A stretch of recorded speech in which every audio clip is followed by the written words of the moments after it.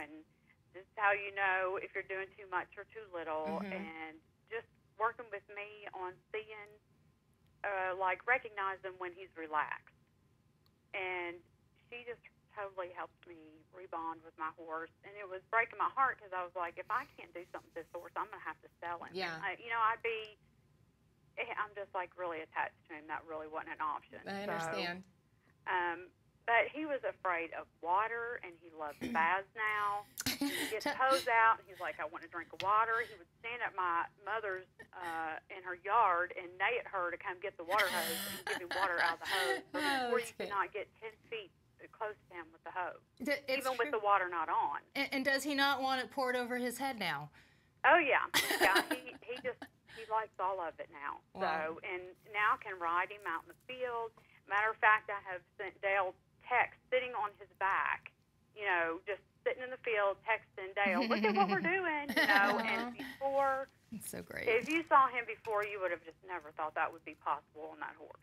Well, because he had just become such a basket case. I think that's a perfect testimonial for what Dale's doing with people and their horses, and the fact that you showed Michelle what to do. That's always important. Is you may be able to accomplish it at home, but you got to make sure that the person who owns the horse, who's going to be riding the horse, is able to accomplish the same thing. Absolutely, and that's why now I'm focusing on teaching people how to train their horse, because what I think they don't realize is they are already training their horse every time they go out. Every time, yeah. Well, Michelle, I was training him to be scared of me.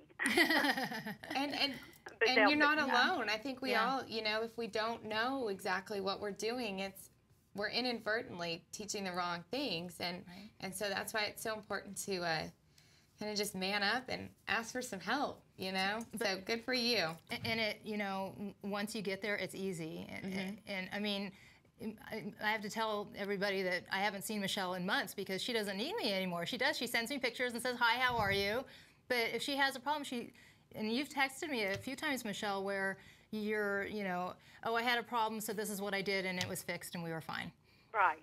It's like I know now what to do if I have a problem, I know how to fix it, and I know what to look for, and Dale just totally helped me rebond with my horse. And she had also given my mom, who's 68 years old, lessons on her pony. Skillet. Where other people had given her lessons that just kind of made her nervous. But Dale's just so calm and so patient and just really good with training people and horses. Perfect. Well, Michelle, we really appreciate you calling in today and letting us know how important and what a difference Dale has made in you and your horse's life. So thanks again. Well, thank you. Thanks, Michelle. Thank Dale. Yeah, thanks so much. I appreciate it. Okay, bye-bye. Bye now. Well, it was a great testimonial for you, and these are the people that you're helping, and this is what you want to do now is this instruction. This is the most important part of your program now is instructing. It is. It is, because there's no reason why people can't do this themselves. They can learn how to do it. You are not born with the knowledge of how to work with horses and interact with, 1,000+ pound prey animal.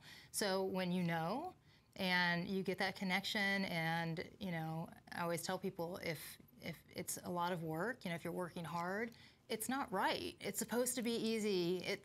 It's not that hard. Yeah. So you can learn how to do it, and I think that just enhances the experience. If you're doing it on your own and you get to learn. Oh, sure. Of course. Everybody wants to do it on their own, and that's what Michelle said. She's like, I thought I could do it on my own, but you can't always, and then you go to somebody to learn how to do it on your own. Right. Let's finish up looking at some of those photos that we have and walk us through the rest of those so we can see some more of your students. So again, this horse is very, very green. We worked with her on the ground, introducing her to the obstacles, not to desensitize her to them, but just to basically trigger any anxiety that she had in her so that her handler could just, work on releasing that from her. And she got on her and basically went through the exact same process under saddle. And this is how a horse should negotiate an obstacle or something that might be a little bit intimidating. She's soft in the rider's hands, the rider's soft and relaxed.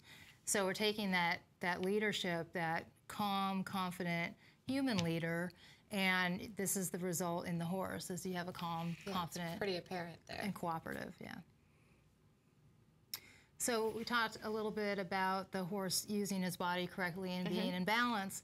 So this is, you know, a shot that I like, and I was looking at it, and the first thing I see, the horse is leaning a little to the left. You know, he's dropped his left shoulder a little bit. And I don't know if the viewers will be able to see it, but if you look closely, my left leg is in that horse's side, and I'm supporting him. And that leg will stay there, or did stay there at the time, until the horse lifted himself up. I'm also opening my right rein a little bit. I have more pressure on the left rein, so I'm helping the horse rebalance himself, because he won't do it on his own. He doesn't know how to do that.